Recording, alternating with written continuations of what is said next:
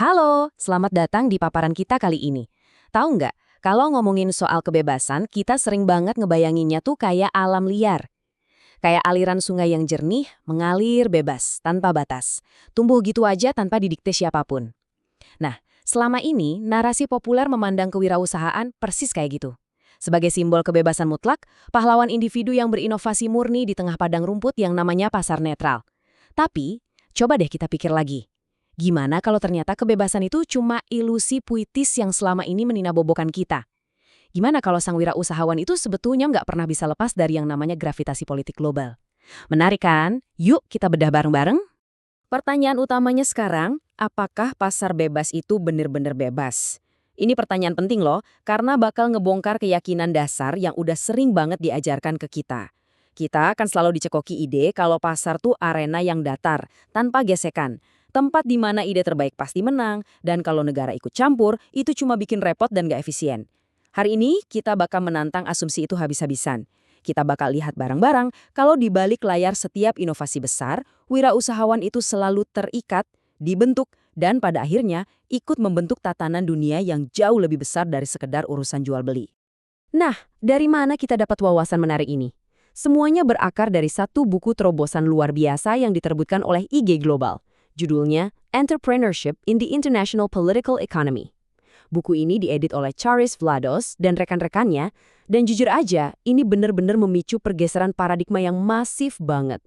Buku ini semacam mengajak kita buat buang kacamata kuda kita, ngelepas pandangan lama yang mungkin agak naif soal bisnis, dan mulai ngelihat para inovator ini sebagai aktor kuat di tengah pusaran kekuasaan, krisis, dan geopolitik global.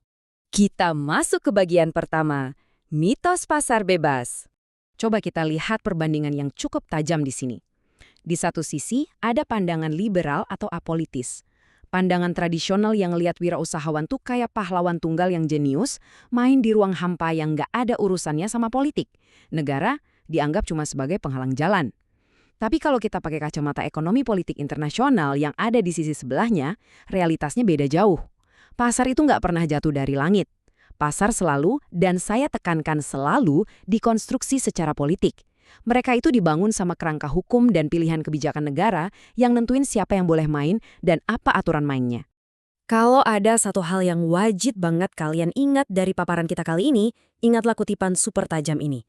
Wirausahawan tidak merespon sinyal pasar, mereka merespon sinyal kebijakan. Boom, itu pukulan telak buat mitos pasar bebas.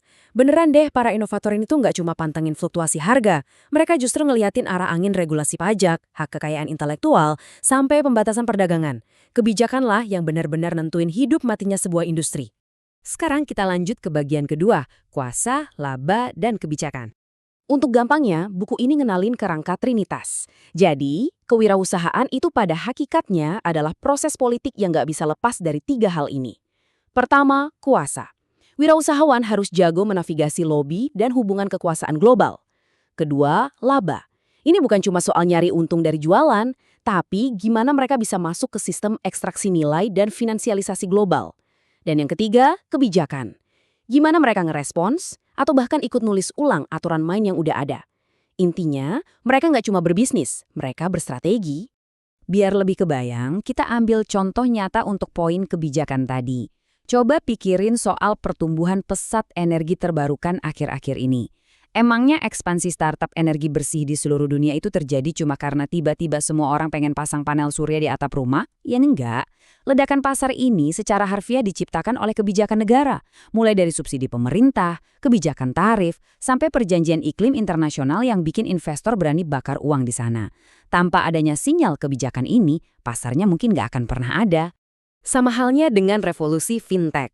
Kita sering kagum ngelihat ekosistem teknologi finansial di Singapura atau Estonia yang super maju, tapi itu bukan sekedar kebetulan letak geografis loh. Keberhasilan mereka adalah hasil langsung dari kebijakan negara yang emang disengaja. Pemerintah di sana dengan sadar bikin yang namanya regulatory sandboxes, semacam ruang aman buat uji coba regulasi, dan ngebangun infrastruktur digital buat mancing inovasi. Jadi jelas ya, negara adalah arsitek utamanya, dan wirausahawan itu pembangunnya. Masuk ke bagian 3, kita bakal ngebahas aktor transnasional pengubah batas. Nah, gimana ceritanya kalau aktor-aktor ini mulai main lintas batas negara?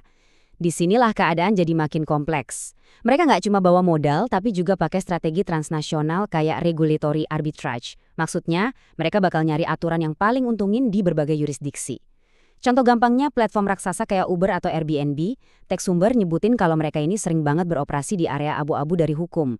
Mereka ngebongkar tata kelola berbasis negara demi menghindari undang-undang ketenagakerjaan atau zonasi lokal.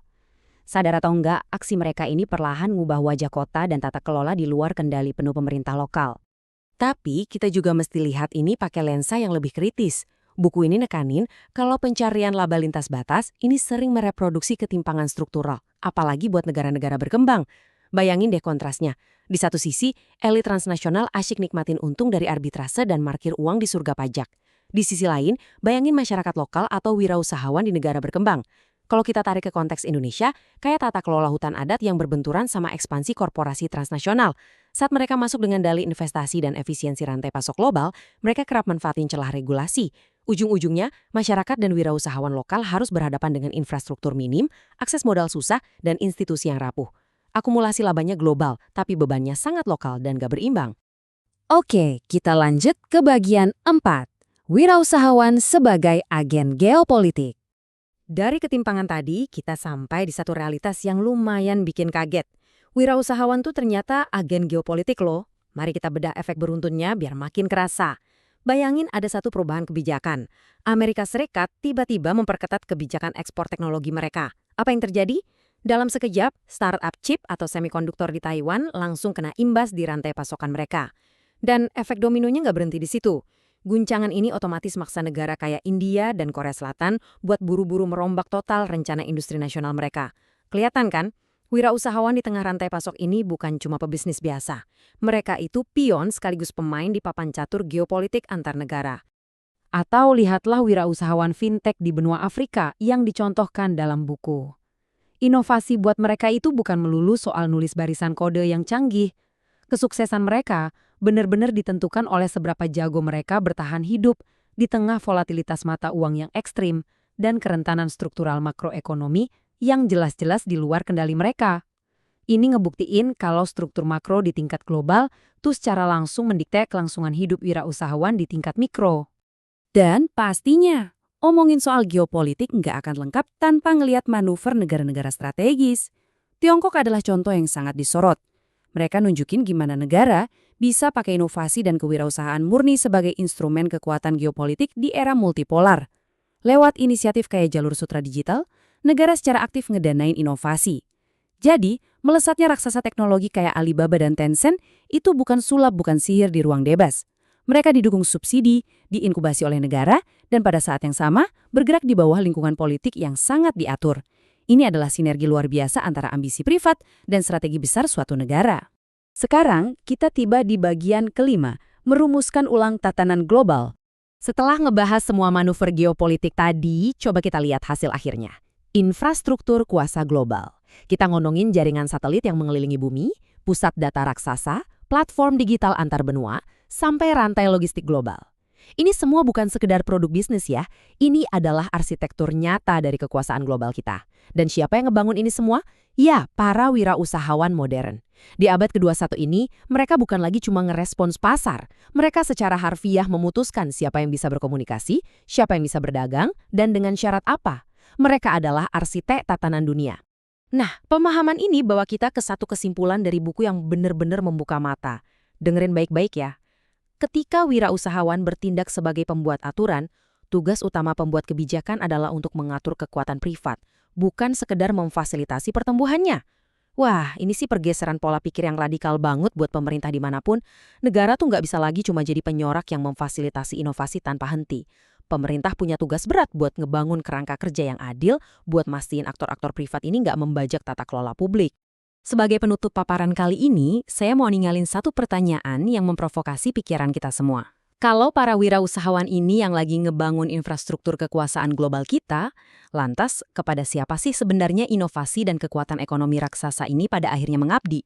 Apakah buat merawat martabat manusia, atau sekedar memperkokoh hegemon di balik layar? Sebagai pengamat dan masyarakat yang kritis, kita harus mulai mempertanyakan hal ini. Makasih banget ya udah nemenin saya bedah materi yang cukup mendalam ini. Semoga wawasan hari ini bikin kita semua makin kritis ngebaca arah kebijakan di sekitar kita. Sampai jumpa di paparan berikutnya.